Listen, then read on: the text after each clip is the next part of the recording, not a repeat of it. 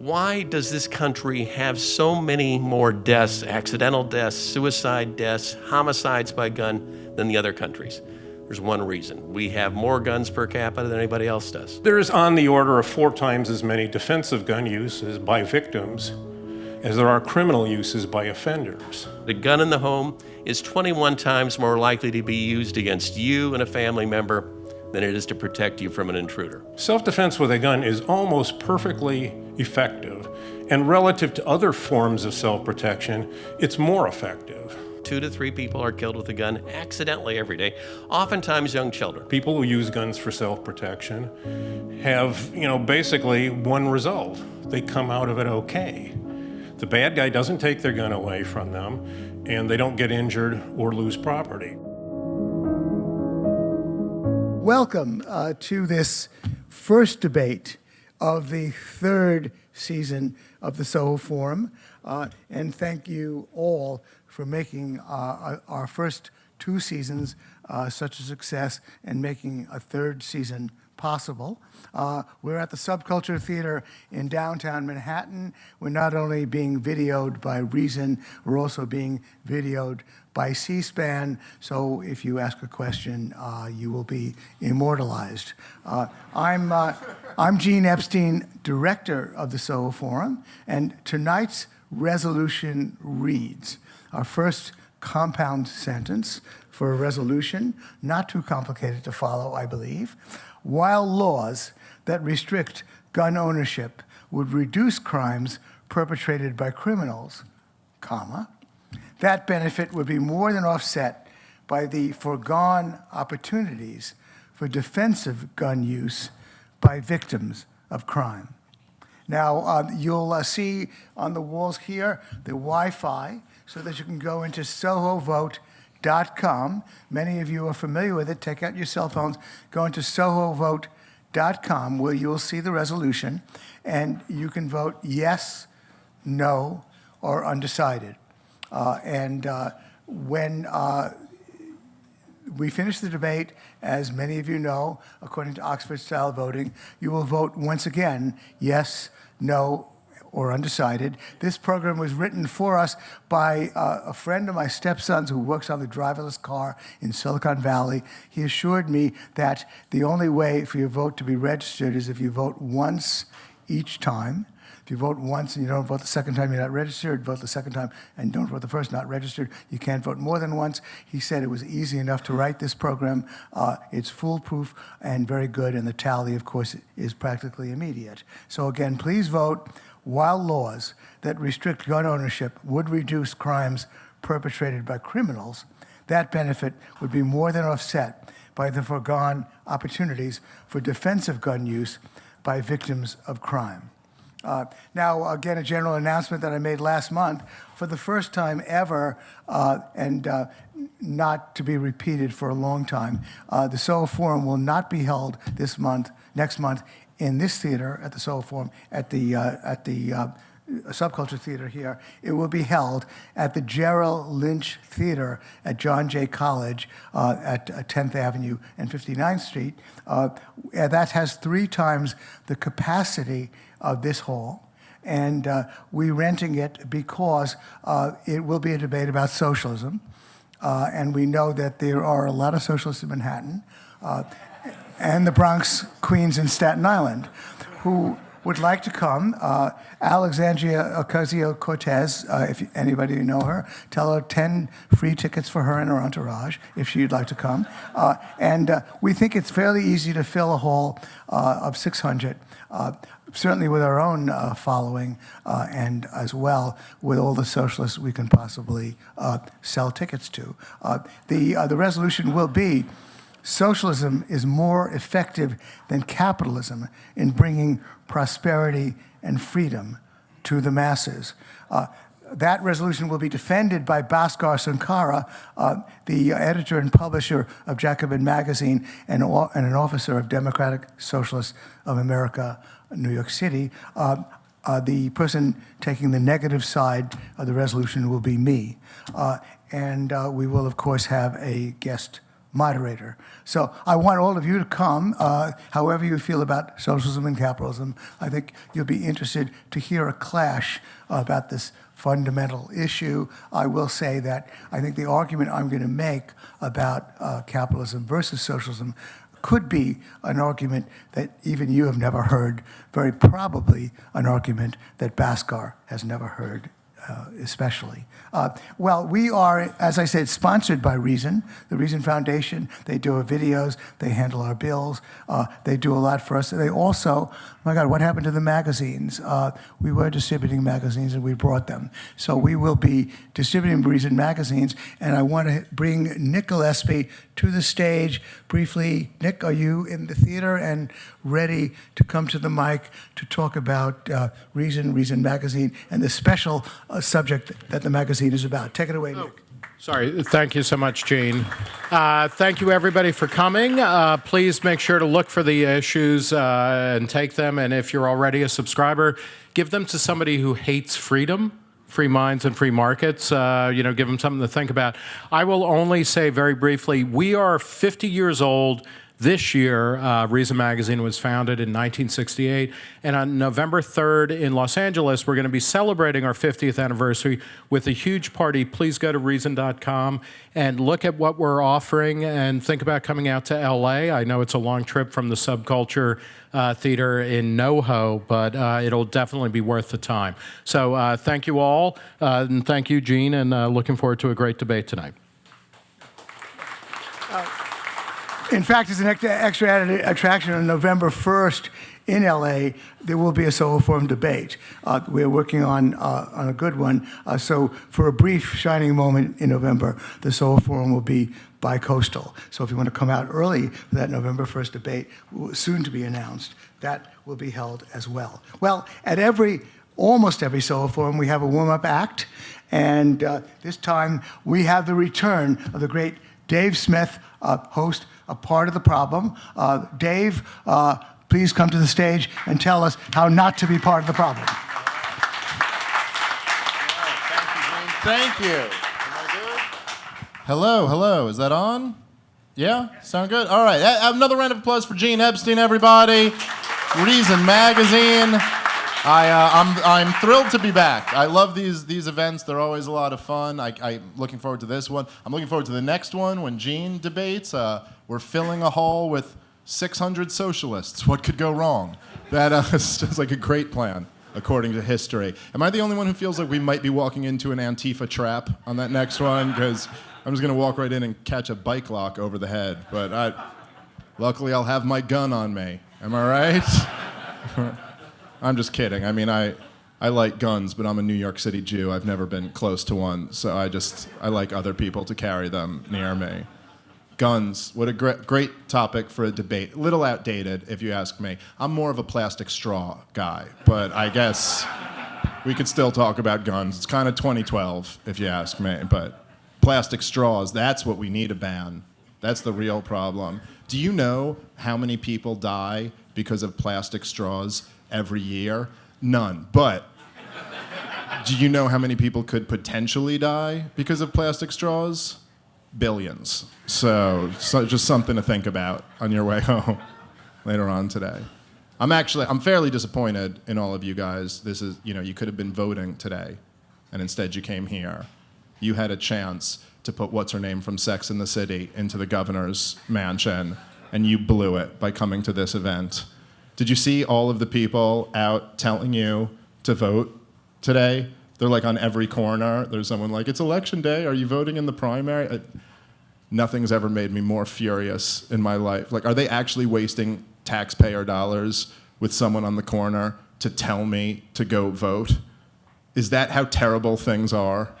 That you need to be like, go vote, and they're like, I'd rather stab myself in the eyes than vote.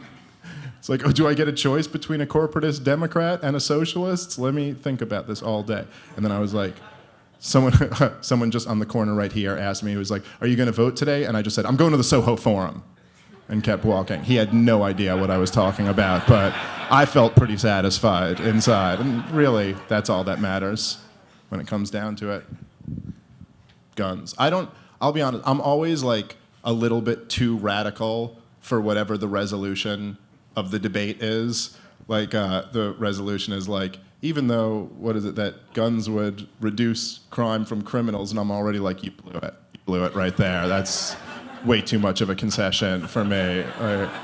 It would reduce crime from criminals? I mean, sure, if you're only counting the private criminals, but we've got the biggest gang in the universe in New York City, the NYPD. Did you see all of them? They just went down. They just arrested like 6 of them for running a prostitution and gambling ring the other day. What is that? Does that not count as like gun crime? They all have guns on them, right? I mean, don't get me wrong, I was kind of like, where do they do all this stuff? But at the same time, it's a little bit outrageous that, like, really? Cops are running a gambling prostitution ring? That's terrible. It's on 33rd Street, you say. Okay, all right, I'll be, whatever. I'll be looking into it. It's not, I don't even care, but where exactly? What train is the nearest one to that? It's the 6th train, right? Okay, I'll figure it out. Oh, the cops.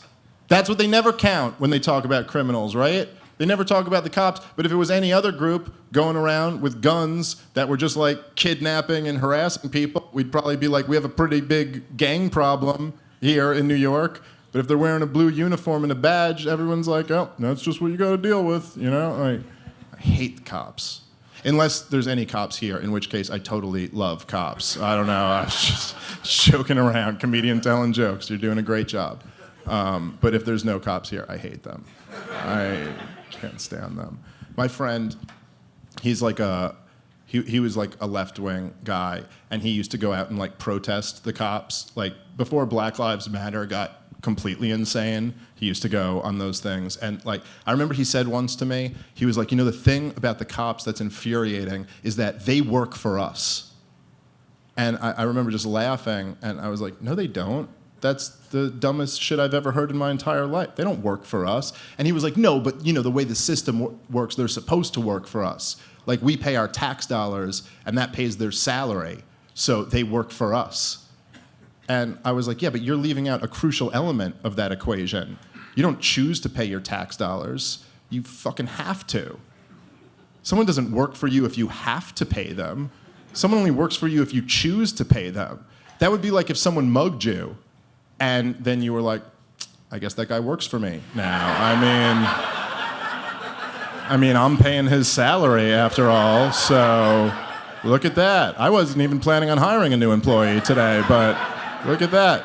Guy got the job. It's pretty impressed with that guy. He got the job, and he came into the job interview with the wrong attitude. Let me tell you that. He came in just cursing at the boss, still walked out with the job, you know? I have been mugged before in my life. I grew up in Brooklyn, and not like this new hipstery Brooklyn that you guys are used to. I grew up in Brooklyn when it was like, you know, dangerous. And there's my experience with guns. I had a gun pulled on me once. It was about 15 years ago, and I was walking home to where I lived at the time in Brooklyn. It was late at night. It was like 3 a.m, and I was walking home, and this like, he was like a thuggy-looking kid, but he was a kid. Like he was like 15, if I had to guess. And this 15-year-old just came up to me, and I was right outside my apartment building, and he goes, "Give me your wallet." And I was like, "Aw, that's adorable." And, you know, like, I'm not the toughest guy in the world, but he was like 15, and in my mind, I was like, I'm gonna beat the shit out of this 15-year-old kid. You know, when do you ever get to just fist fight a 15-year-old? I was pretty excited, like, this is my moment to shine. And he was like, "Give me your wallet." And I was like, "No, I don't think so." And then he pulled out a gun. And then I was like, you know what? I do think so. I think I am gonna give you my wallet. I backed down right away. Gun really changes the equation. Like, he was like, "Give me your wallet." And I was like, "No way." And then he pulled out the gun, and I was like, "Hey, bro, what are we arguing about? You know, like, take my wallet." My wallet? Why are we calling it my wallet? It's your wallet. Take your wallet. Thanks for letting me hold your wallet for all these years. That was cool of you, man. And a lot of people think it's like scary, the idea of having a gun pulled on you. Like people will be like, "Oh, weren't you terrified?" But really, it's not that scary in the moment. It's like a lot of adrenaline. You get scared afterward, but in the moment, you're just very focused. You're like, I need to get from point A to point B. Like point A, gun. Point B, alive and safe somewhere else. And so, I just like gave him my wallet. I was like, okay, all right, take it. And he took it, and then he ran off into the night. And then, like what just happened started to hit me, and I was just overcome with anger. Like the type of anger you can only experience when a child takes your wallet. And I was like, did that just fucking happen? I can't believe it. This 15-year-old just took my wallet outside my home. And I was so angry that I couldn't even think right. And I remember, this is a true story, okay? This is what I did. I ran into my apartment, and I grabbed my biggest kitchen knife. And then I ran back out after the kid. And I got outside my apartment, and I was on the street. And then I just had like a moment of clarity when the adrenaline started dying down. And I just looked at the knife in my hand. And I was like, dude, what is the plan here? Like, what am I gonna catch this kid? And then he's gonna pull the gun back out, and I'm gonna be like, oh yeah, that's right, gun. That's what this whole thing was about. It was about gun. And then I'll just wimp out again once I see the gun, and I'll be like, you forgot your knife. All right, sorry, I don't know what to tell you. I just didn't want you to leave without your knife. Thanks again for letting me hold your wallet. All right, have a good one, kid. All right, look, I'm very much looking forward to the debate. Thanks, guys, for coming out. Thank you, Gene, for having me. Have a good one, everybody. Take it easy. All right. Thank you, sir. Dave Smith, he does a great podcast called Part of the Problem. A lot of good insights and a lot of great jokes on that show. I'm a regular listener. Well, I'm going to put this down and announce the main event. To defend the resolution, we have Professor Gary Kleck. Gary, please come to the stage. Yeah.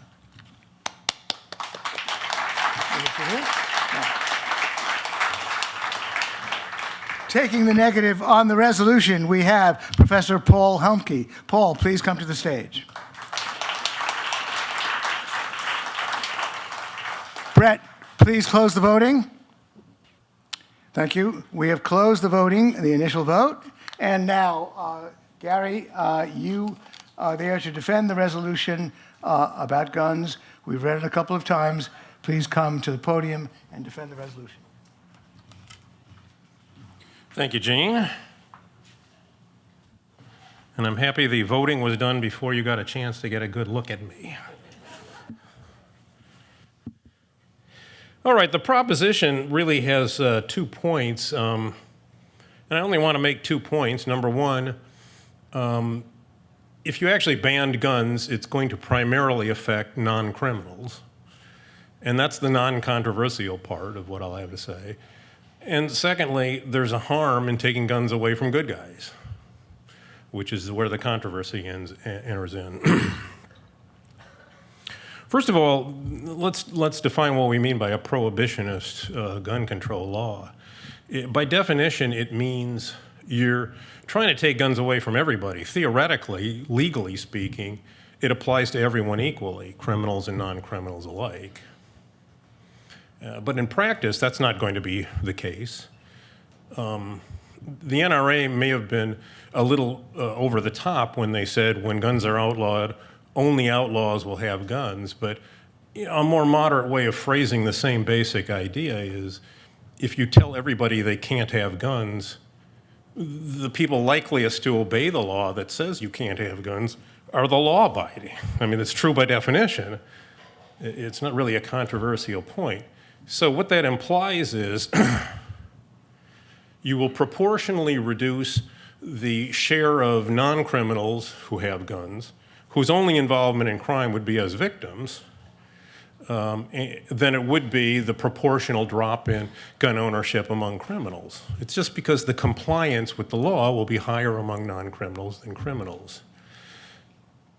Well, that in turn means that gun uses by non-criminals will be affected more. So you'll reduce defensive uses of guns by non-criminal victims more than you'll reduce criminal uses by offenders, just because of who it is that would obey the law.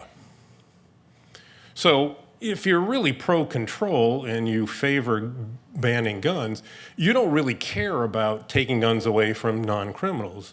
You figure, well, at worst, maybe a few hunters won't be able to shoot Bambi. So big deal. there's no serious harm until you take account of self-defense with a gun. And for years, the myth was, well, you know, it's crazy to try to defend yourself with a gun because the criminal will only take it away and use it against you. It's completely mythical. You know, when pressed for examples of that happening, advocates of gun prohibition came up empty. It just doesn't happen. And I systematically looked into it using the National Crime Victimization Survey data, which is a huge-scale national survey done by the Census Bureau that asks people about their crime victimization experiences. And nobody has that experience. People who use guns for self-protection have, you know, basically one result. They come out of it okay. The bad guy doesn't take their gun away from them, and they don't get injured or lose property. So where did this notion that self-defense with a gun is a bad thing come about? You know, people would be able to cite examples where somebody used a gun defensively and was injured, only here's the little detail they left out. They got injured first, and then out of desperation used the gun for self-protection. Well, it can hardly be use of the gun that caused them to get hurt, because they got hurt first. And for a long time, the survey in question didn't get at that detail of sequence. It turns out virtually nobody who uses a gun for self-protection is then subsequently hurt. Likewise, virtually nobody loses property. In short, self-defense with a gun is almost perfectly effective, and relative to other forms of self-protection, it's more effective. That is to say, anything else you could do, running away, yelling for help, fighting without a weapon, calling the cops, you name it, anything else, or doing nothing, it doesn't work as well as using a gun for self-protection. And by using it, I mean it's usually just threatening with a gun. It rarely involves shooting, and when it involves shooting, often it's just shooting up in the air. It's a warning shot. And it hardly ever involves good guy shooting and wounding bad guy. So it's basically threatening a criminal with a gun is almost always effective. Now, the evidence for this is overwhelming. There's really no serious dispute about that. Where big dispute came about was, how often does this happen? Okay, maybe it's effective, but who cares? It practically never happens. You know, crime victims will almost never have the chance to use a gun for self-protection. And in a place like New York City, that's true. If you're not carrying a gun, if you don't have a gun, you can't use a gun for any purpose. But in the rest of the world, or the rest of the United States anyway, people are armed to the teeth. It used to be a point of propaganda that we had way too many guns and there were more guns than people, and it wasn't true 30, 40 years ago. It's true now. There's over 350 million guns in private hands now. And the big boost was the Obama effect. You know, Barack Obama would make noises about various kind of gun control measures, and everybody raced out and bought whatever kind of gun they didn't already own. So, and he'd make jokes about it. You know, he'd say I was the biggest friend of the gun industry they ever had. Well, what we know about how often defensive gun use occurs in the country as a whole is, again, the National Crime Victimization Survey. Well, the problem with that, though, is it's a non-anonymous survey done by the federal government. So somebody who works for the government and who is reporting to the Justice Department, that is the law enforcement branch of the federal government, is asking the questions in a non-anonymous survey. Not surprisingly, this does tend to discourage people from reporting a defensive gun use.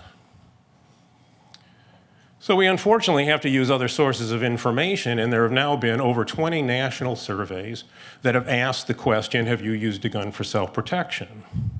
And they use representative probability samples of the population so that you can project to the population as a whole how many defensive gun uses there were.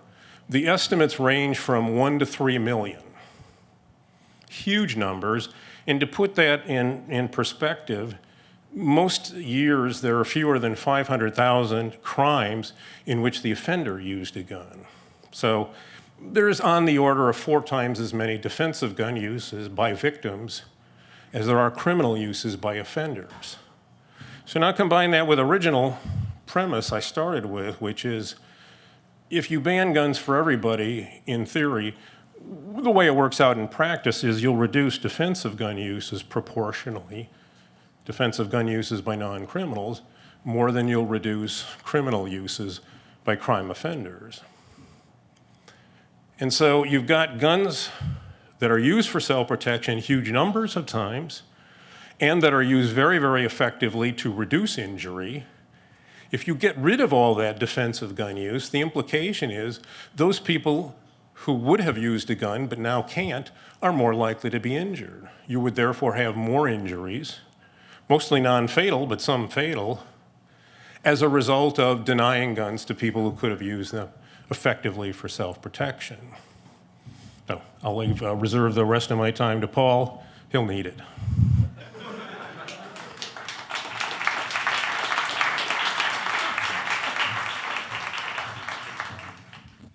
Paul, there's no trading. You can't pay for the minutes. You do get 15. Okay. Gary took less than 10. You can take your 15 if you want. Well, first of all, just thank you all for being here. Thank you for the invitation.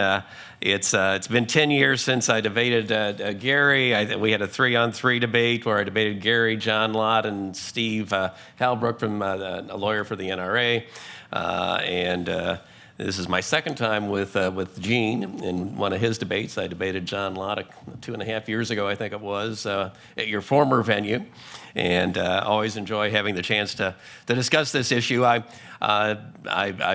come to this issue from multiple backgrounds. I was a lawyer in Fort Wayne, Indiana for years. I was a mayor in Fort Wayne, Indiana. I run the police department. I dealt with the issue of crime and defensive gun uses and criminal gun uses quite a bit as head of the police department. After I left the mayor's office, I later took a job as head of the Brady Campaign and the Brady Center to Prevent Gun Violence, where we tried to lobby for some common sense, what I considered common sense gun laws.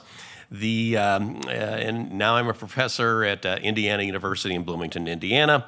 I don't do research. I look at things more from a law and a policy side. Gary does all these research and statistics and regression theories that go over my head, but I'm always happy to debate these sorts of issues.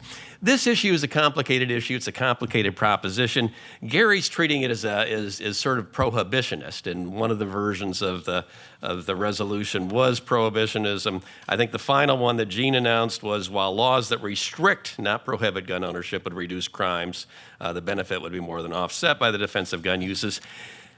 We'll forget the proposition. I think the main issue here is, are guns more of a benefit or are there more costs that come from guns? Is our system one that puts more costs or more benefits on us? And our present system doesn't prohibit guns. I don't know anyone who really argues for a prohibition of guns. With 350 million guns out there, it's considered a lost cause, even if someone would want to. But Gary talked a lot about what he saw as some of the benefits of having guns. When we talk, and guns can be used defensively, guns can be a benefit, but clearly there are costs with guns. And I think before we get into the issue of how many defensive gun uses there are and doing the cost-benefit analysis, let's just briefly review the costs that go along with guns. In this country today, basically we have 2 to 3 accidental deaths by a gun every day. 2 to 3 people are killed with a gun accidentally every day, oftentimes young children. They're the stories you read: the 5-year-old finds the gun and kills the 3-year-old sister. There's the teenager that didn't know the gun was loaded. That's one of the reasons I came to this issue. I had a friend that was shot in the back when other friends thought the gun wasn't loaded. 2 to 3 accidental gun deaths per day in this country. And I might mention that's quite a few. That's a lot more than other countries experience in terms of accidental gun deaths. Every day there's also 55 suicides by gun. Now, a lot of people say, what's that got to do with this whole issue? We're not talking, they're not criminals, that's not accidental. Suicides are going to happen regardless. We have more suicides by guns than any other country. And one of the things when you talk to people that deal with mental health issues, that deal with suicide prevention, is that if someone's thinking that they want to commit suicide, and there's a lot of discussion about this is really a cry for help. You want some intervention. It's a spur of the moment type thing. It's different, obviously, in different situations. Basically, almost every other way that you try to commit suicide, your quote, success rate might be 10 to 20%. If you use a gun, it's 90 to 95%. So we end up with 55 suicides per day in this country. Then we have homicides. We average about 32 gun homicides per day in this country. That's a Virginia Tech happening every day in this country. And nobody pays too much attention to it unless it's in the mass shooting. So those 90 to 100 type deaths are happening with the gun every day in this country. Those are the costs of our current gun policy. And for every death with a gun, there's another 2 to 3 people that are injured with that gun and survive. They survive the accidental shooting or the homicide attempt or the suicide attempt, and they live with that gun injury oftentimes the rest of their life. These are the people like Jim Brady, who was killed, who was injured, seriously injured in the assassination attempt on President Reagan. He died just a couple years ago. They attributed his death actually to that shooting, but he lived with that every day of his life for 30 plus years. It's Gabby Giffords who got that bullet in her brain in Tucson in 2011, how that's affected her. And for every one of those gunshot victims, you've got the families who survive. You've got their families and their friends and their co-workers that are helping to bear the costs, that are seeing the pain, that are seeing the suffering. I still remember one of the last nights I spent with Jim Brady. I was at his house, and I could hear him scream every time he rolled over in the bed. And those were from injuries that had happened 25 years earlier. There's continuing costs for all of us. Then there's the direct costs, the medical costs, the lost productivity. Estimates go from anywhere from $6 million for the direct costs, half of which are paid by the taxpayer. Some people go up to even $1 billion in costs in terms of the impact of gun violence in this country. Gun violence in this country gives us a very serious cost. Now, is this normal? Maybe this is just part of what life's like. No. Children under 15 are 9 times as likely to die of an accidental shooting in this country than in the rest of the developed world. That's children under 15, 9 times as likely to die of the accidental shooting here than in other civilized developed nations. In 1992, our murder rate was 5 times that of the other English frontier countries, Australia, New Zealand, and Canada. Most of those murders were gun murders. 10 times the suicide rate by guns in this country than in the other 25 most developed countries. 10 times more suicide by guns. It's in every 17 times more gun homicides in this country than in the other civilized countries. Why does this country have so many more deaths, accidental deaths, suicide deaths, homicides by gun than the other countries? There's one reason. We have more guns per capita than anybody else does. When you look at these 350 million guns, that makes a difference. And it makes a difference when the studies, and I'm not the expert, I haven't done the research, but there are people that have published their studies that show that a gun in the home is 21 times more likely to be used against you and a family member than it is to protect you from an intruder. Often, a lot of that's the suicide, but sometimes it's the accidental shooting, sometimes it's picking up the gun and shooting the brother-in-law when you don't expect him to come in the middle of the night. 21 times more likely to be used against you or a family member than it is to protect you. There's been some studies that show those who carry a gun are 4 times more likely to get shot than those who don't carry. Now, these aren't necessarily causation things. That's what's so tricky in this thing. People that have the gun in their home might be in more dangerous neighborhoods. People that carry the gun might be in more dangerous professions. Women have a risk of being a domestic homicide victim. Their risk of being a domestic homicide victim increases 7 times if there's a gun in their home. Guns make things more dangerous, and there are a lot of studies out there that basically say that the more guns you have in a house, in a county, in a state, in a country, the more gun violence you're going to have. That includes all the homicides, the suicides, and the accidental shootings. There are tremendous costs to having gun violence, to our gun policy, tremendous costs of gun violence in our country. And that's something that needs to be taken into account. One thing I learned as mayor, when you look at crime statistics too, is that there's a lot of variation. You've got different reports, different ways of looking at things. One of the hardest numbers to fudge are deaths. And so when you look at those numbers of deaths, you've got something significant. Okay, so there's cost, serious costs to our current gun policy. Now, Gary argues that there are benefits, though, to having guns. And sure, sometimes a good guy with a gun stops the bad guy with the gun. Sometimes Jason Bourne, James Bond, John Wayne, whoever it is there to stop the bad guy. But the statistics are all over the place. Gary's initial study on this said that there were about 2.4 defensive gun uses each year in this country. There's a group called the Gun Violence Archive that looks at like every newspaper, every police report they can find on a daily basis. Obviously, not everything gets reported. They came up with 2,100 defensive gun uses in all of 2017. Just a little over 2,000. That's the bottom line probably, but that's looking at police reports, that's looking at newspaper studies across the country to try to find some evidence that there have been defensive gun uses. The National Crime Victimization Study that goes back to people twice a year, that follows up with information, they come up with 100,000 defensive gun uses each year. Gary comes up with 2.4 million. Where did this number come from? Again, I'm not the expert. There's all sorts of arguments about false positives and how people are unwilling to, will say that they've done a defensive gun use when they really haven't. Gary argues that there's also false negatives. But, you get those, if you want those debates, there's tons of scholars that do this. I've noticed when you read scholarly literature, they're actually nastier than politicians. It's amazing. It's, they keep running. There's concerns with rare events. When you're looking about something that happens only 1% or 2% of the time, obviously it doesn't take too many people reporting falsely or remembering things poorly to get the number up higher. There's the problem with telescoping. Yes, I used the gun, but maybe it was 3 years ago and you're only asking about the last 2 years.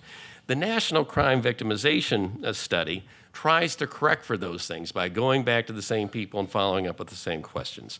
There's questions of sampling. Gary's original sampling, which had 5,000 people on it, I read the whole thing the other night, talks about how it oversampled for males and people in the South and the West just because they knew he needed to do that in order to get more people in the survey. Then he adjusts for it with the number, but if you adjust if you make the adjustment wrong, then that can throw the numbers up. I don't know all those things. Gary can answer those and argue those better. There's other scholars that can do it, but the numbers vary. That's what I'm trying to point out. When I make policy as a mayor, I say, what are the numbers? And somebody says it's 2,000, somebody says it's 100,000, Gary says it's 2.4 million. Try to explain to me why there's so much discrepancy here. Gary's study is interesting, though, with some of the things they come up with, and it makes me wonder about the studies. Not only are there issues about these defensive gun uses not showing up on police reports, these defensive gun uses don't show up in hospital reports. They don't show up in emergency room reports. Gary says bad guys, when they're shot, don't go to the hospital. So maybe that takes care of it. But there's other things there. According to Gary's studies, when someone is confronted by a bad guy and they fire at them, they hit their target 53% of the time. It's a 53% hit rate in Gary's original study, which is something that police officers don't that's something that's unheard of. I mean, you're in a shootout situation, the adrenaline's flowing, and they're hitting their target 53% of the time. Another interesting thing in Gary's thing is that 46% of defensive gun uses are by women. This is in the early 90s. Now, maybe that's true, but it doesn't fit with any of the rest of the literature. Women don't own guns at the same rate. Women don't fire guns at the same rate. Women aren't involved in the gun culture at the same rate. But 46% of Gary's defensive gun uses are women. But the most amazing thing is Gary's conclusion, based on his survey, that there have been 340,000 to 400,000 lives saved. People saved from murder by defensive gun uses in a single year. Now think of that. I've already pointed out when you have 32 homicides a day, Maybe we're doing 15 to 20,000 homicides a year in this country, but Gary's good guys with the guns are saving almost 400,000 each year. Something doesn't fit here. The numbers don't make sense to me. And I think that's one of the problems with this whole discussion. Last point I want to make, though, is even if Gary's numbers are right, or if they're somewhere in this range between the 100,000 and on the National Crime Study and Gary's study, are these necessarily beneficial, positive gun uses? This is the other fascinating thing. What are some of the categories that are considered defensive gun uses? Gary's original study counts saying, I've got a gun as a defensive gun use. In other words, I've got a gun. Don't yell at me. Okay, defensive gun use. Only one half of those people that had a defensive gun use even pointed the gun at the offender. 47% said that there was no threat or attack for their defensive gun use. Excuse me, if there's no threat and there's no attack, how is it a defensive gun use? And you're not pointing your gun. It's a defensive gun use. 52% of the offenders, 52% of the bad guys were unarmed. And according to the survey, only 18% of the offenders had guns. Something's wrong here. There's a lot of arguments over whether these defensive gun uses are effective. Some studies show that you're just as likely to get injured with a gun, without a gun. Some people say you're just as likely to get injured if you got a baseball bat, or even in better shape if you got a gun. Obviously, the numbers don't add up. What does add up is we've got significant costs, and the defensive uses are questionable. I think we can find a way basically to say, let's reduce the bad things from happening without taking the good things away. Thank you.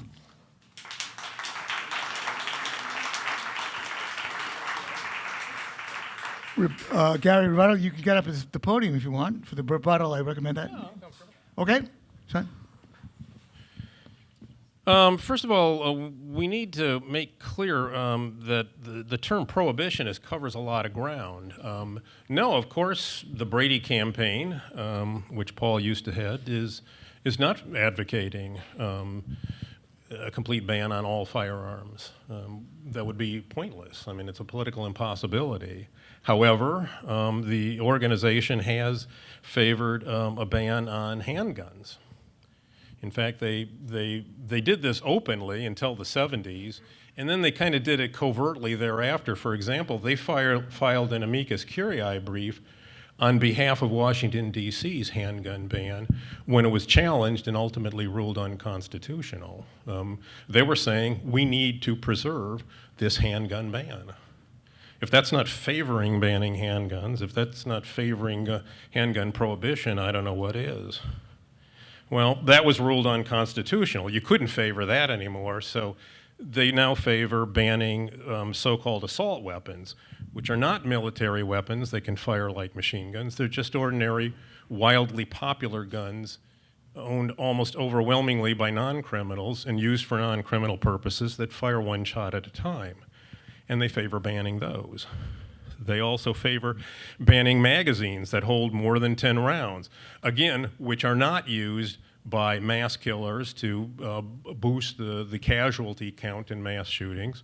They're used almost entirely by non-criminals for non-criminal purposes.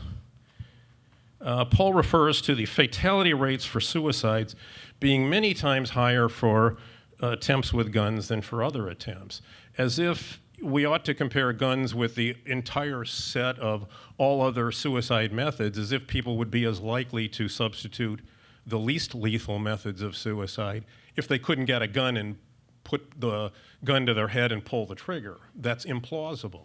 They would instead favor whatever is the next most lethal method of killing themselves, which is hanging. Here's the little secret he didn't share with you. There's no significant difference between the fatality rates of attempts by hanging and attempts by shooting. They're both about 80% fatal. He says guns are 21 times more likely to be used against gun owners than they are against the criminal. That's not true, but it's a myth that will not die. The studies it was based on in similar ratios, they didn't count all defensive gun uses, or even most of them, or even more than a tiny fraction. They covered killings. How many times are civilians are the law-abiding people killed? How many times are the gun owners killed?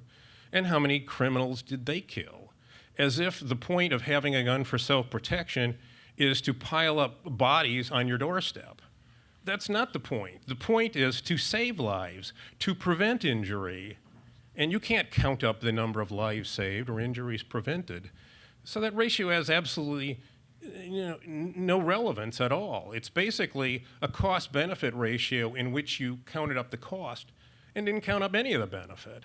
The benefit is not in killing criminals, it's in avoiding being killed yourself or injured yourself or losing property yourself. He says more guns lead to more gun homicide. Well, yeah, duh, that's true. More gun homicides. You can't commit a gun homicide unless you have a gun. The issue is, do you kill more people when there's more guns? Is there a higher homicide rate overall? No, there is not. All of the best methodologically soundest research, without exception, finds places with higher gun ownership rates do not have higher total homicide rates. They also don't have higher total suicide rates. They just have a higher percentage of homicides and suicides involving guns. He seriously cites as evidence of how often defensive gun use occurs the number of newspaper accounts or news accounts compiled in the gun violence archive, and it says there were 2,000. Yeah, there probably are 2,000 defensive gun uses where somebody was crazy enough to actually report it to the police, which in turn got reported to the local news media. But that has nothing to do with how many are committed total overall. It has absolutely nothing to do with it, because you'd be crazy to either tell the police or the news media or anybody else you don't absolutely have to tell that you pulled a deadly weapon on another human being. No matter how justified you think it was and how justified it in fact was, reporting it can do absolutely no good for you. Thank you.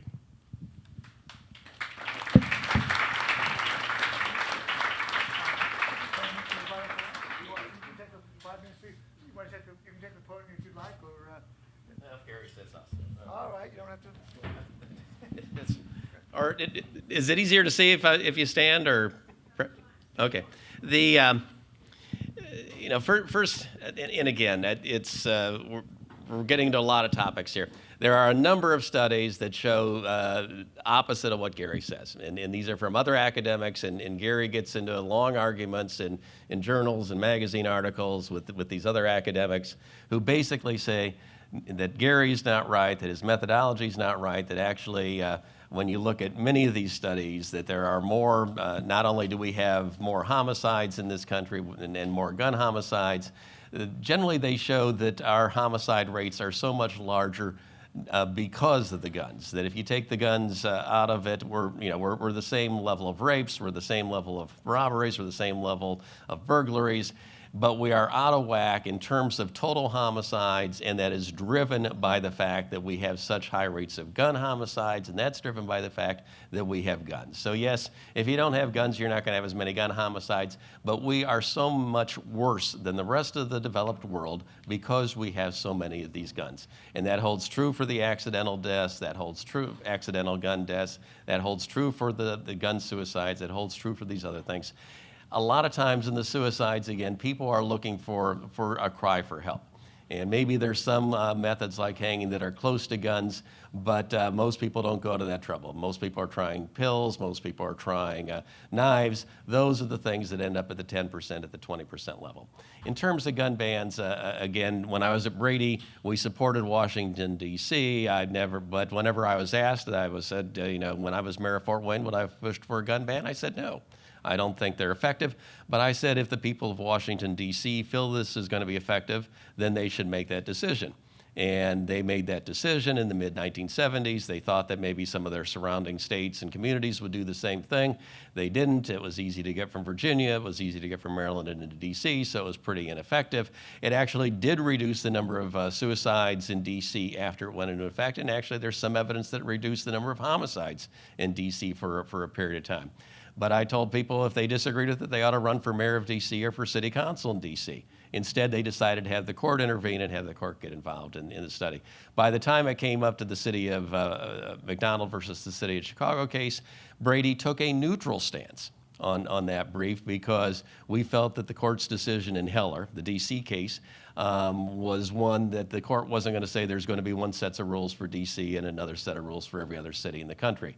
That just didn't make sense to us. And we also wanted to make sure that the people really understood what the Heller decision did. And again, we're not arguing Second Amendment law here, but the D.C. court, the Supreme Court in the D.C. case, Justice Scalia made it very clear that the Second Amendment right, like other rights, is not unlimited, and that you could have restrictions on who gets guns, how guns are sold, how guns are carried, how guns are stored, and what kind of guns are going to be available to the people. That's Justice Scalia's, that's what Justice Scalia wrote. That same language was basically repeated by Justice Alito 2 years later in the McDonald case. So clearly, communities, states can put restrictions on guns.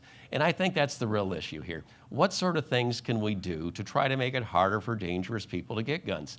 Since the last time I've debated Gary, we've had shootings at Sandy Hook, shooting at Tucson with Gabby Giffords. We had the Pulse nightclub shooting. We had the Las Vegas shooting. We've had numerous church shootings. And what have we done as a country in reaction to that? Nothing. Nothing. We've passed no national legislation.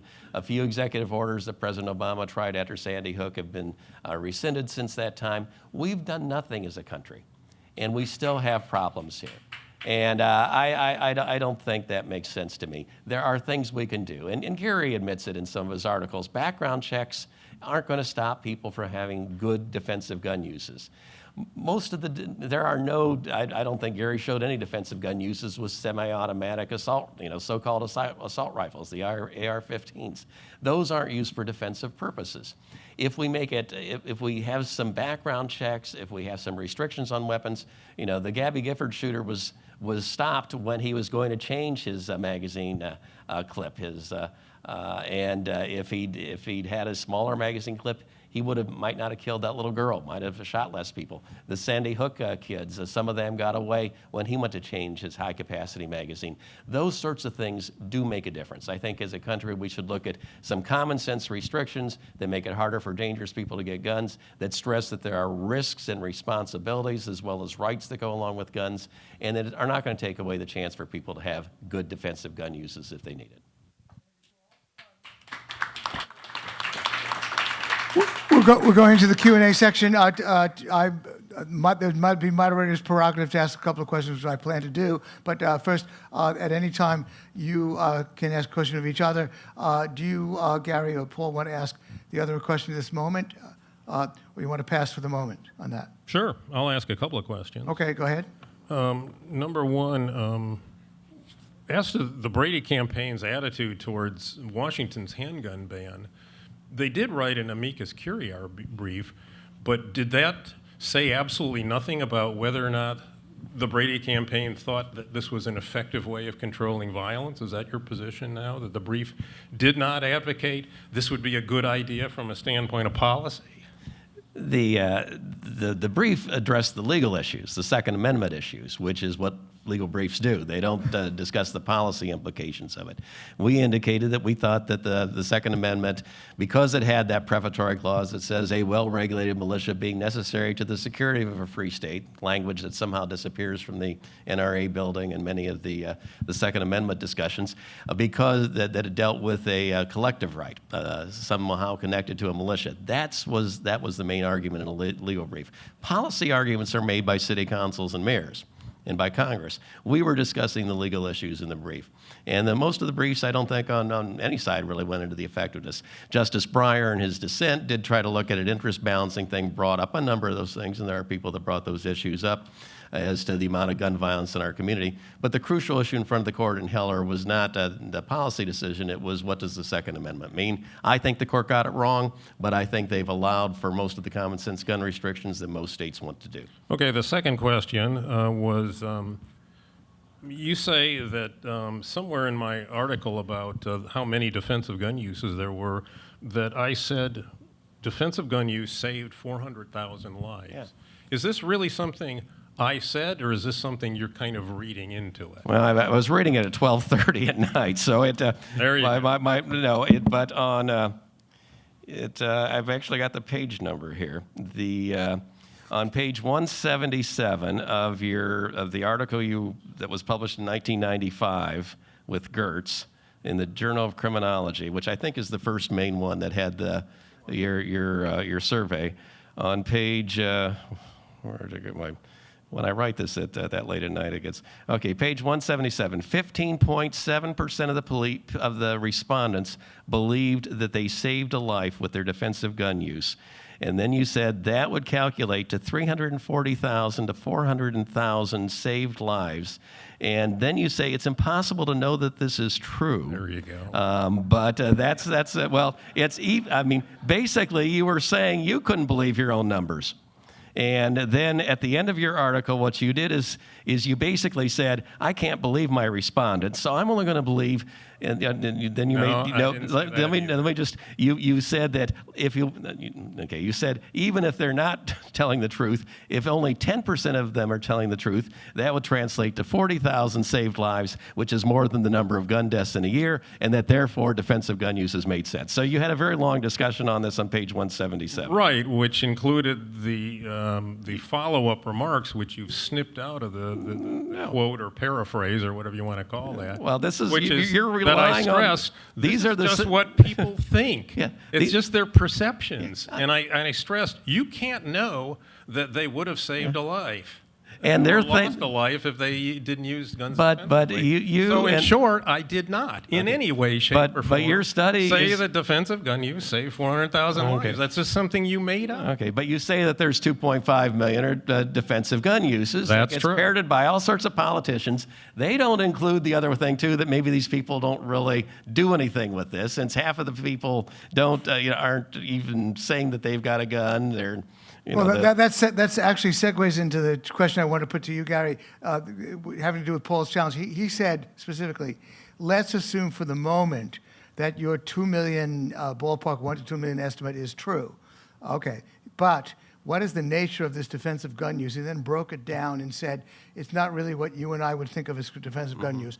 Can you address that challenge of Paul's? No, in every single case, they did something with the gun. They, at minimum, threatened the offender, and in a few cases, really just a small percentage of the cases, maybe 1 in 7, they fired at the offender, trying to shoot the offender. And in maybe 7% of the cases, they claimed to have shot the offender, but unfortunately, we never established how they knew that. I mean, they didn't have a wounded person sitting on their living room floor necessarily bleeding on the carpet. They were just, in many cases, just guessing. So what we knew is that at minimum, they threatened the offender with the gun. And it's not just saying as a sort of point of information, I've got a gun. It's threatening the person. There is a difference. It's not a point of information. When you're pointing a gun at somebody who's trying to rob you or trying to attack you, it has a meaning due to its context. And its meaning is this is a threat. I'm willing to shoot you if you don't stop trying to victimize. Or that's what they think they were doing. Only half of them pointed the gun.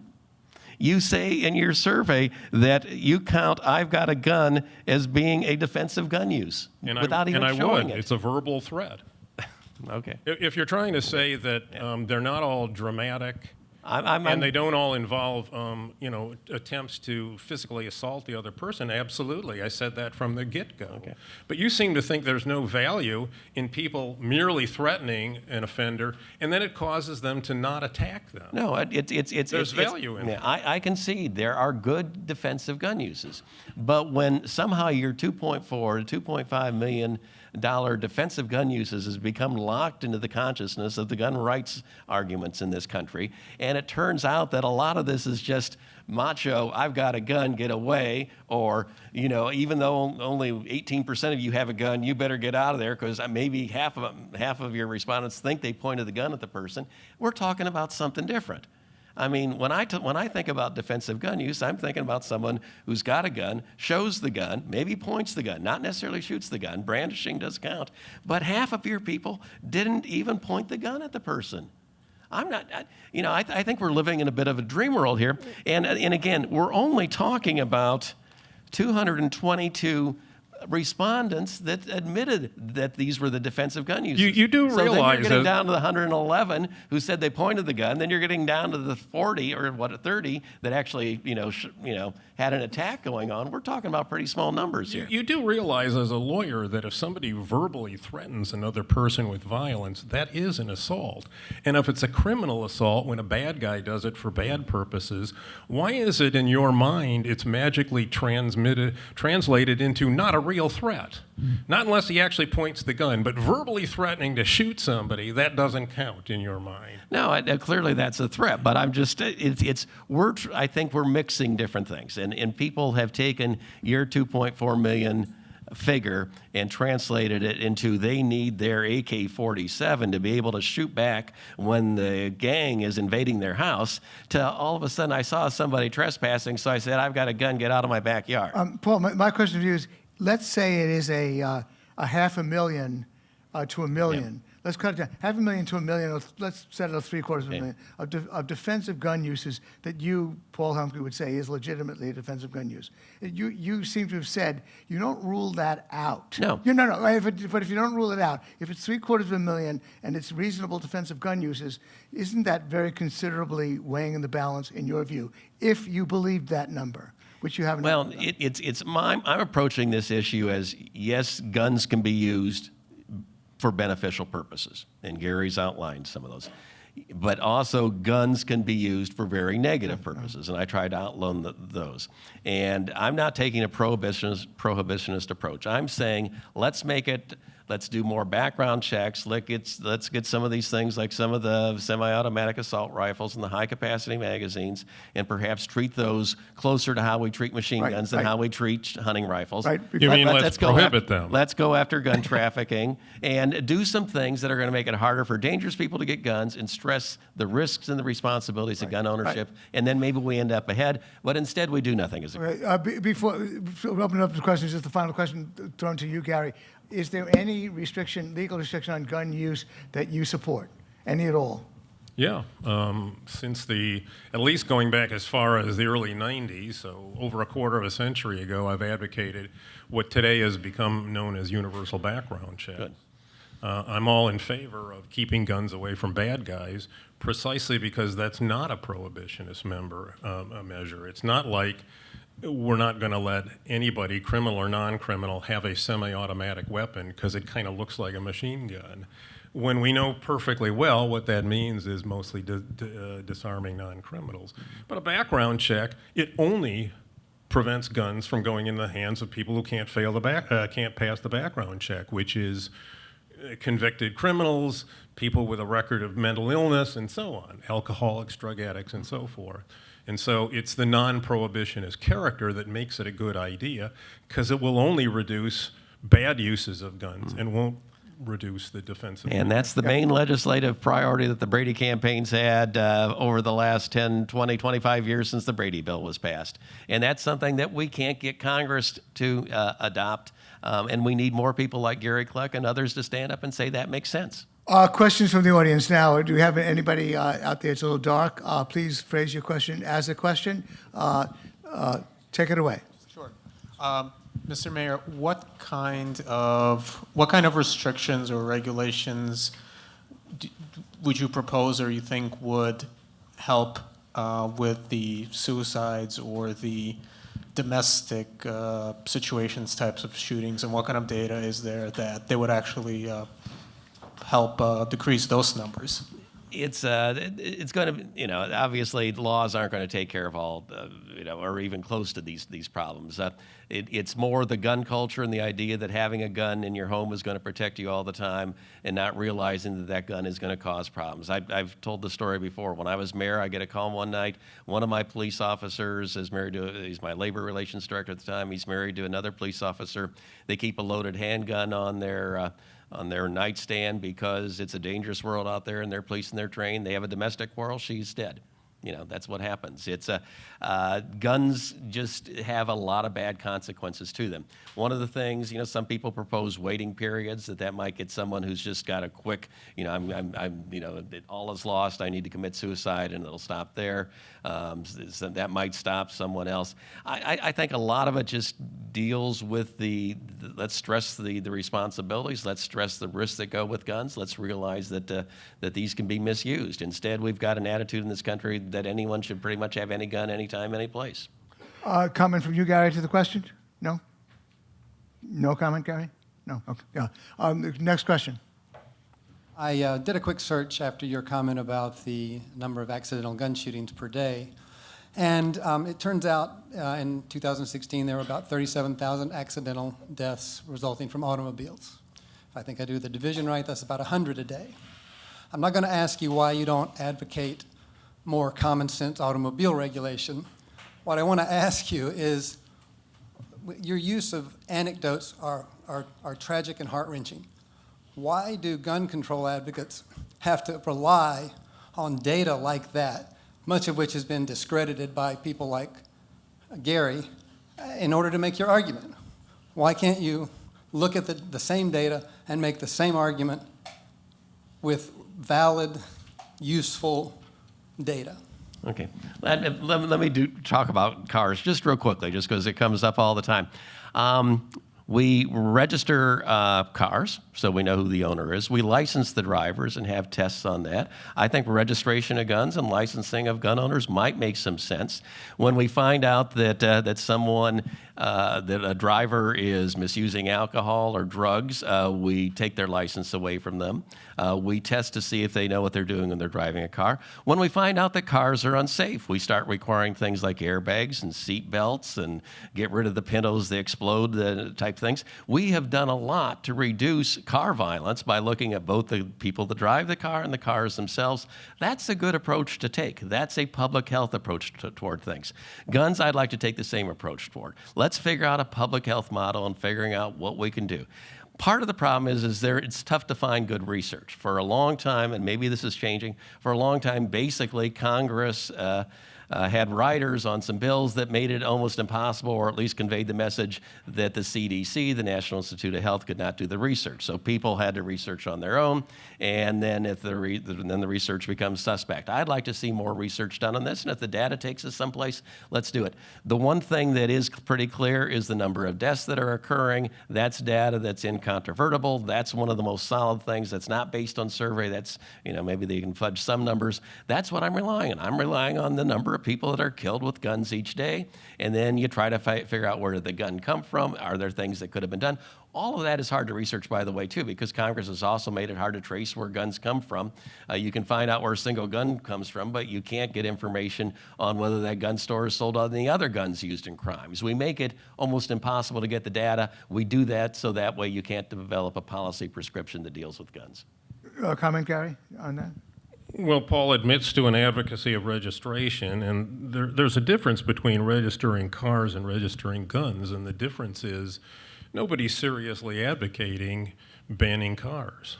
I mean, maybe, the really green people would think there's something to be said for that, but they're a pretty small minority. But there are lots of people who do support banning guns, and certainly about half will support banning semi-automatic guns that get labeled as assault weapons, and about a quarter will still support banning handguns, although the number is declining. So yeah, people want to ban it, and what would you need administratively if you wanted to seize all the guns or all the handguns or all the assault weapons or all the large capacity magazines? Well, you would need a record of who has them. I mean, it'd be a law enforcement or governmental impossibility to basically know who owed you a gun and who should turn it in if you declare you have to turn in, let's say, an assault weapon, which is exactly what's happened. State of California said, turn in your assault weapons, whatever they were. And how would they know whether you had one and should be turning it in? Well, the only way the government can know that is if they have a record of it. And that's what registration is. It records who has specific guns. It doesn't have any crime control value. Every single study that's assessed the impact of registration laws on crime rates has found there's no effect of having a registration law on crime rates. So it's got no crime control rationale, but it's got plenty of rationale banning some subset of guns administratively feasible. First of all, the Supreme Court in the Heller case and the McDonald case made it clear that you can't ban guns. So, I mean, it's the night after the Heller case. I congratulated Wayne LaPierre. I said, okay, you got what you wanted. Then the Supreme Court said the remedy for Dick Heller was that he should have his get the license for his gun. Said, why don't we move forward then with a licensing or registration scheme? Oh, no, we can't do that. They still might try to take our guns away. It's unconstitutional now. Supreme Court's behind you on this sort of thing. And then I point out that the most avid gun rights folks I usually deal with all have concealed carry permits, which means the government has their name with the list of concealed carry permits. And they don't like that either. Well, but they've got it out there. And then I point out, in this day and age, when not the government, when Facebook and what Twitter and everybody else can figure out what kind of toothpaste you use, what kind of deodorant you use, what kind of magazines you get, where you bank, you can find out pretty much everything about everybody. You don't think someone can figure out who the likely gun owners are in the country. The idea that the gun registration is some bugaboo that the government's going to take your guns away, I think that's left over from centuries, from decades past.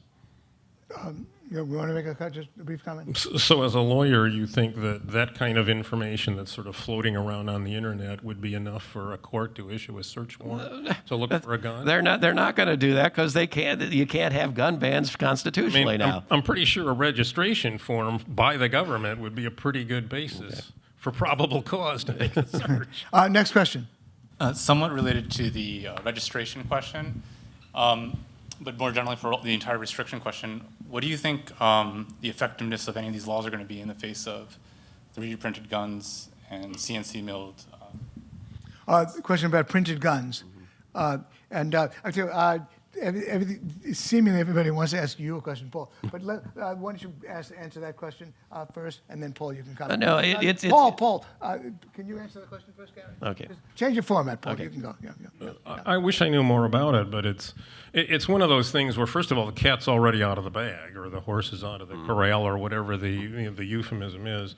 It's the information won't die. It's on the internet. It's circulating. The plans are there. The programming to make your 3D printer crank out the weaponry is there. But does anybody really want one? I mean, that was my initial reaction when I first heard about somebody saying, well, you could 3D print a gun. Why would you want one? I mean, first of all, most 3D printers, they crank out plastic. Do you really want a gun that's going to melt after firing 2 or 3 times? And especially, are you going to want one when there's 350 million real guns out there made out of steel and wood and plastic and all sorts of really durable stuff? Why would you need or want this? So I think it's kind of gun anarchists out there who are pushing the idea of putting out these 3D manufactured guns. It's of symbolic significance. I guess to a libertarian audience, it's thumbing your nose at the government, maybe. Maybe that's what it's really all about, but I don't see it as being of any practical significance. Comment, Paul? I was just going to say, I think the significant thing is how this is going to change in the future. I mean, if you get to the stage, right now, as I understand it, a lot of these plastic guns aren't as durable, they're not as reliable. They might be only good for 1 or 2 uses, then they might explode or overheat or whatever, that you still need a metal firing pin or need some other metal attached to it to make them more effective. I don't know why anyone would do it. I used to give a speech, and I think it's kind of interesting. It's trying to understand, all guns, ignoring the 3D guns, basically all guns start out in the legal market. How do they end up in the hands of the bad guys? And it's something I think we should study. I mean, oftentimes they're stolen from the good guy with the gun who buys it for his defensive gun use. He leaves it in his cars, gets stolen, leaves it in his home, and gets stolen, this sort of thing. And I'd point out that you don't really have gangs in the basements in Chicago making guns. Well, now theoretically you can have gangs making the guns, and that might change the mix. But that's still years away, I think. But it's if it ever gets to the stage where you could easily make an effective multi-use gun on your own, I think it's going to make it, I mean, the debate's going to be a lot different. Next question. Hi, this question is for Paul. Since you mentioned mass shootings, it seems to be the case that a lot of these shootings might have been prevented if already existing laws were properly and effectively enforced. I'm curious as to why you're advocating for additional regulations and restrictions if it's the case that the already existing laws might have already prevented these laws if they were properly enforced. So. I'm not sure what laws you're talking about other than laws against murder. Yeah, it's against the law to murder somebody, but it's laws serve a number of purposes. You know, laws hopefully are written to try to prevent crimes, bad things from occurring. Laws are also written when a bad thing occurs, then you've got a legal right to arrest that person and charge them for it. Laws also set what communities, what society's norms are for behavior. A lot of the mass shootings, though, basically the person didn't break any law at all. The Gabby Giffords shooter, Arizona basically has no laws on the books or with regard to guns. He wasn't breaking a single law. Carrying the gun, carrying a loaded gun, waving the loaded gun, he didn't break the law till he pulled the trigger the first time. And again, he wasn't stopped by the good guy with the gun around the corner. He was stopped when the magazine ran out of the bullets, and he got tackled by some 65-year-old type person. So the Sandy Hook shooter. Hey, old people. Yeah. The Sandy Hook shooter, his mother had a good collection of guns that didn't do her any good. He used one of them to shoot her, and then he goes to the school to shoot people. And again, you had some of the school kids get away when he went to change the magazine out because the magazine only held 31 bullets. If he'd had a smaller magazine that was capped at 10 or 15 or 18, more people might have gotten away too. I mean, when laws have problems, then you strengthen the laws. Just one real quick example. One of the few gun control laws we have on the books is the Gun Control Act of 1968. It set the list of prohibited purchasers, felons, people who are dangerously mentally ill. For 25 years, basically, the way it operated is if I wanted to buy a gun, they'd say, Paul, are you a felon? I'd say, no. They'd say, here's your gun. I mean, I'd have to fill out the rest of the form. But they just relied on my say-so. Obviously, bad people can lie. So the Brady bill that started to have background checks from federally licensed dealers said, let's do a check on this sort of thing. We didn't say, gee, that prohibited purchaser law doesn't work. Let's get rid of it. We said, let's figure out what we need to do by going to the federally licensed gun dealers who presumably are law-abiding to figure out what they can do. When we have something that's not working and bad things happen, look to see if you need to change the law, strengthen the law, get rid of the law, and try something else. But instead, we just basically say, laws are no good, we can't do anything, woe is us, let's get more guns. And, like I always say, if more guns made us safer, we'd be the safest country in the world, and we're not. Comment? Go ahead.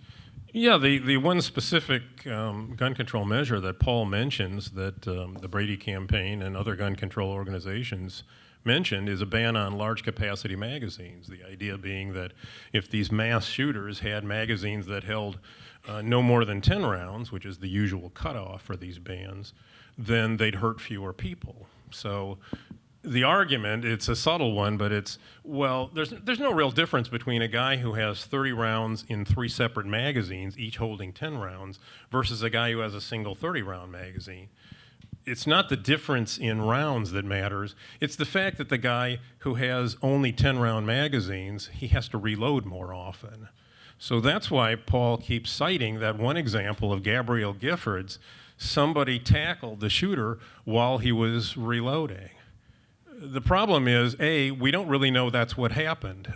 He may well have been struggling with a defective magazine, and that's why they were able to tackle him. In other words, it had nothing to do with him trying to reload, as far as we know. Maybe that was the case, but there is, to my knowledge, in the past 30 years, not a single case of somebody who actually got tackled while they were reloading. So the fact that a ban on big magazines would make the shooter reload more often, it doesn't have the significance he's hinting. And he also says that in the Sandy Hook shooting, a bunch of school kids escaped while the guy was reloading, we in fact haven't the slightest evidence that's what was happening. We don't know whether he was just choosing to stop shooting for a while, whether he was taking a break to, wipe the perspiration off his forehead.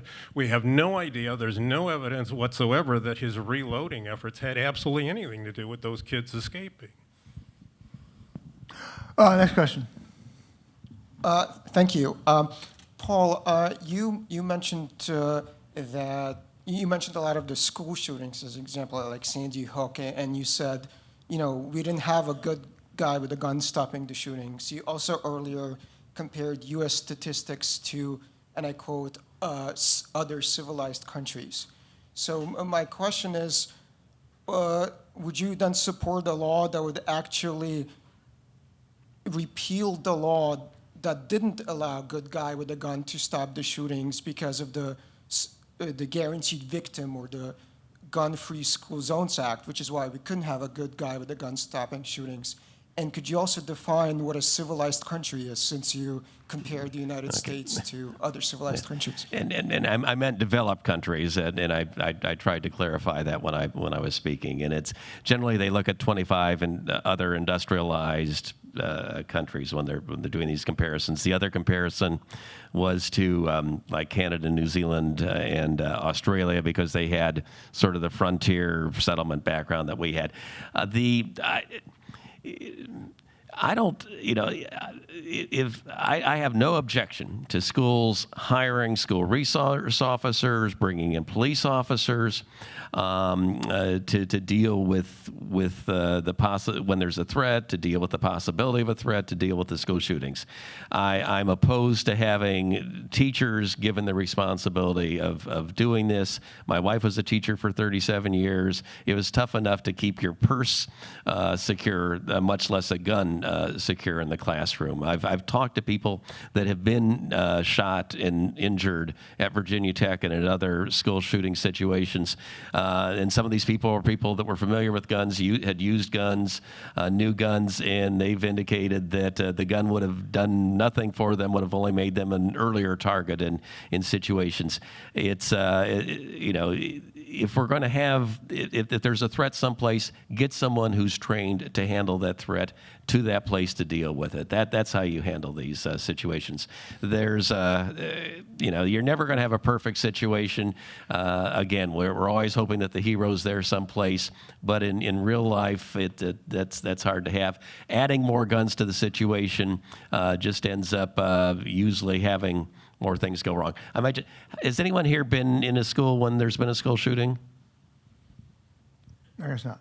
Okay. The gentleman in the back okay. at the bar. The one I usually bring up, like when I'm speaking at college campuses, because a lot of times they'll talk about, college kids should be able to have their concealed carry permit. And I talk about, folks have gone to years of school generally and have not many people have ever been in the school shooting, and there's more now than there used to be. Then I say, how many of you in college knew anyone who ever got drunk? How many of you in college knew anyone that abused drugs? How many in college knew anyone who was seriously depressed and had relationship issues, whatever? And then you add into that the fact that college dorms are not very secure and that classrooms don't have places to store things. The idea of adding more guns into a college setting or even a a K through 12 setting, I don't think makes sense unless you're hiring professionals to be there. Comment, Kay? Yeah.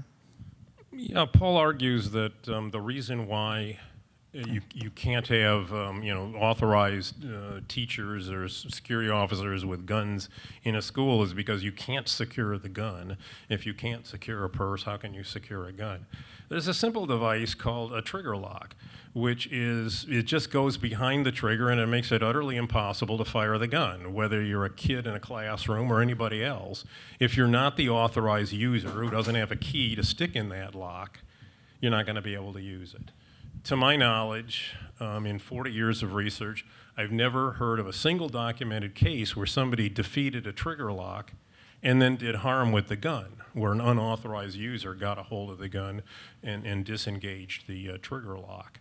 That is, they didn't commit homicides, they didn't commit suicides, and they didn't commit an accidental death or injury with the gun. So that's not an issue, but the fact that people have to make up these spurious reasons why you couldn't have an authorized shooter just shows the weaknesses of the argument. It's not like every school teacher would be packing a gun on their hip. The usual proposal is there was one or two people who have been trained, often because they're former military or police, who are the authorized accessors of the gun. And there may be one or two guns in the entire school, and they're secured with either a lock cabinet or a trigger lock. And so the idea that, well, the problem is somebody unauthorized will get a hold of the gun and God knows what'll happen, it's not an issue. I mean, if you want to argue, well, then they'd be surprised or shocked and they wouldn't have the frame of mind to use the gun effectively. Well, that's possible. That's a plausible argument. But the idea that you couldn't secure the gun, or these proposals entail all the teachers being armed and packing a gun on their hip, that's crazy. That has nothing to do with the real debate. Next question. Thank you, guys. My question is to the both of you. Seems as both of you are okay with background checks, and you happen to make a quip about gangs in Chicago printing guns. So I guess that's a little allusion to the black communities in Chicago that are experiencing gun violence by gangs. So my question, I'm going to frame this question under New York State gun control laws.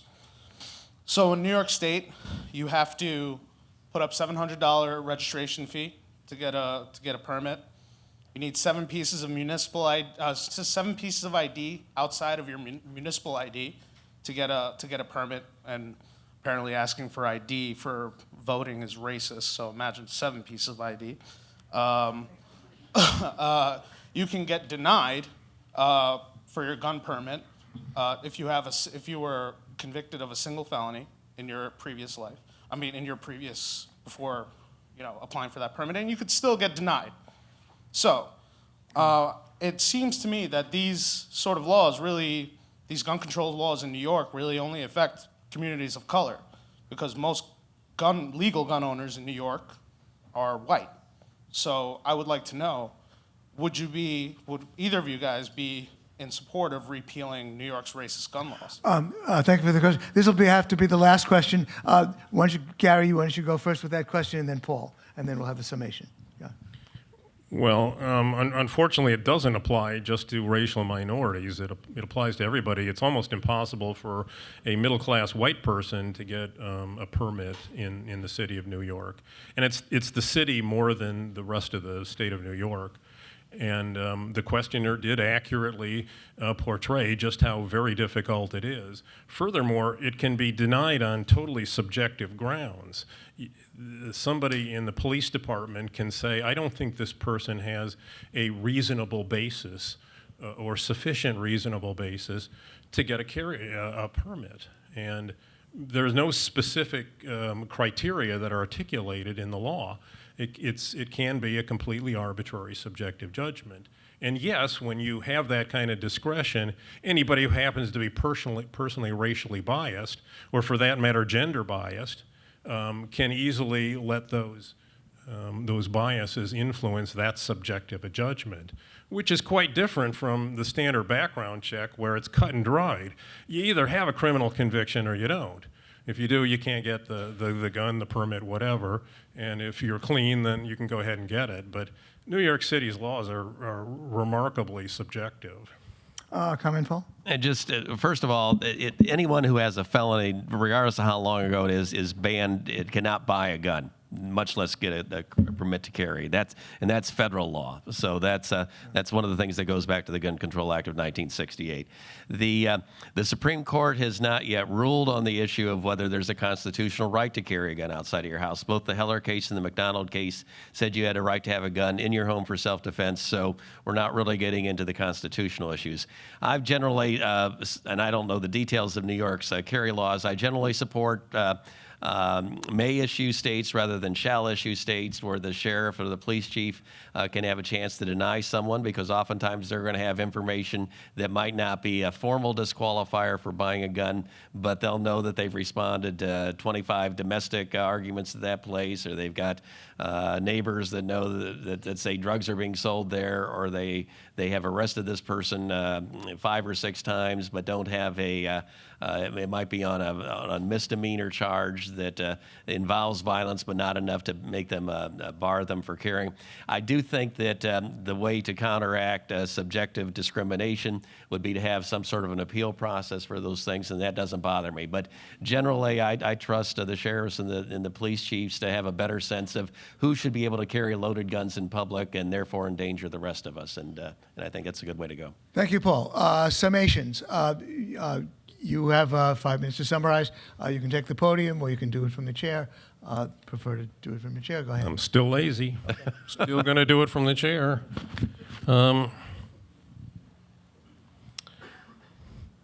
You know, the debate is, the really technical debate is too boring to talk about. But, you know, in a way, this issue really boils down to how much defensive gun use there is. And it's a mark of how threatening large numbers of defensive gun uses is to the pro-control movement, that they go to such great lengths to discredit large estimates.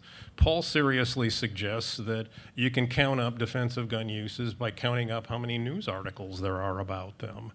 He doesn't actually quite say, I believe that. In fact, he kind of hints he doesn't believe it, but why bring it up? He offers the National Crime Victimization Survey's estimate of 100,000 defensive gun uses, but that survey has never asked a single respondent a direct question about defensive gun use.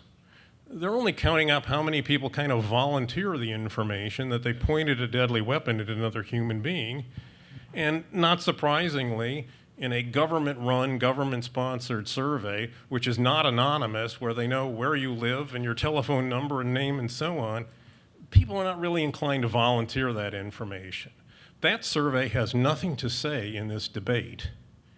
But there are 20 national surveys, plus 20 plus, that have, without exception, indicated defensive gun use is really common.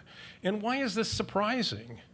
Millions of Americans, tens of millions of Americans, maybe hundreds of thousands of Americans own guns, and there's a lot of crime out there where you'd have an opportunity and a need to use a gun for self-protection. So this is a fact that needs to be taken account of in making policy. You shouldn't be making policy that cuts into people using guns for self-protective purposes, where they're not killing people to protect themselves. They're just avoiding death and injury themselves, for the most part, by pointing a gun at a criminal and saying, knock it off. And so I don't have any problem at all with gun control measures that are selectively aimed at bad guys, including convicted felons, and including people who have been declared to be dangerous to themselves and others by a court of law. I have no problem with that either. But what I do have a problem with is laws that'll disarm more people, whether it be of all guns or handguns or so-called assault weapons or large capacity magazines. It'll do this more for non-criminals than for criminals. All of that is bad policy, poorly thought out, and not supported by the best available evidence. So let's put together some good policy that's going to try to reduce the number of deaths, the number of injuries, and costs of having guns, but still not take the guns away that are going to be used for defensive gun purposes. Gary concedes that background checks make sense. We've discussed so-called assault weapons. There's no evidence, I don't think, at least in the early thing I read, maybe it's because it was written in the mid-90s, that the so-called assault weapons were used for defensive purposes. I mean, most of the time, the person was, first of all, waving a handgun. I think that was the most prevalent that you had. I don't have the chart in front of me now. Well, on your chart, you do. In your survey, you indicate if you responded to the offender, 48% of whom didn't have a gun. With a gun, with a weapon, what kind of weapon did you have? And they list baseball bats, knives, handguns. That they don't list assault rifles. That's so So what I'm saying is that we can form, we can structure some things. Registration and licensing, if we go there, shouldn't be taking the guns away from good people. It should be helping us track who actually owns the gun and where it's going. Laws on reporting lost and stolen guns wouldn't do something. Laws requiring guns to be locked up, like Gary suggests for schools, might make some sense. There are things we can do. But what we're doing is nothing. We're allowing people to basically buy any kind of gun, any number of these guns as they can, and then we end up with the cost of it. And a lot of times I think what we haven't talked about tonight either is how these defensive gun uses sometimes in and of themselves cause problems. I think in one of Gary's columns he talks about maybe 33% are bad guy versus bad guy defensive gun uses. You get sometimes where basically you get an arms race or an escalation of the conflict because of the gun. I mean, look at the George Zimmerman, Trayvon Martin situation. Here's something that should have at the worst been a fight, and George Zimmerman pulls out the gun and Trayvon Martin's dead. You get the situation the other day, somebody comes to their house and the door's open, so they pull their gun and they shoot, and it turns out it's a Dallas police officer and she's in the wrong room. These are what people consider defensive gun uses. Having that gun makes someone more willing to pull the gun, more willing to shoot the gun, more willing to escalate situations that shouldn't be. Again, I concede, I admit, I agree. There are good purposes used for guns. I'm not anti-gun, but I think we need to realize that when we as a society allow people to have an instrument that can kill others, kill many others, kill them at a distance, and particularly when we allow people to carry those loaded in public, thereby impacting others either accidentally or intentionally or negligently or recklessly, then we as a society, I think, have an appropriate chance to respond to that. It's not a constitutional issue. It's one that requires some research. It requires some good policy. My bottom line tonight is let's not take away good defensive gun uses. Let's try to get some more effective gun laws that will make it harder for dangerous people to get guns. Let's lift the prohibitions on studying these issues and treat this as a public health issue and try to make it safer for all of us. Instead, everybody goes to their corner, I'm all for guns or I'm all against guns. I don't know anyone who wants to ban all guns. I don't know anyone who wants everyone to have every gun there is.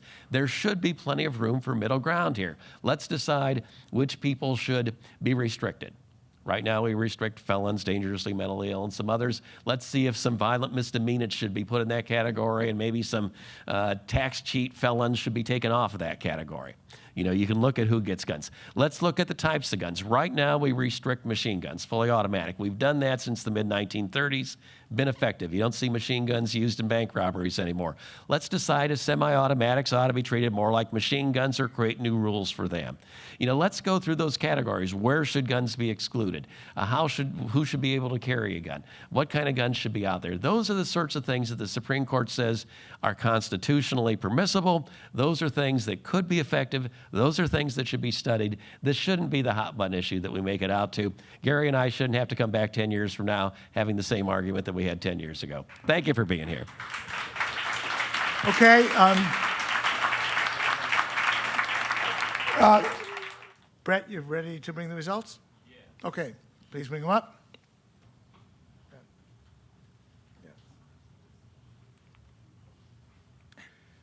All right, the initial vote in favor of the resolution was 45.59%. That rose to 50%. So the yes votes picked up 6.41%. That's the number to beat. The no votes were 33.33 and declined slightly to 33.77, down 2.56%. It looks like the yes gets the Tootsie Roll. Congratulations, Gary. Yeah.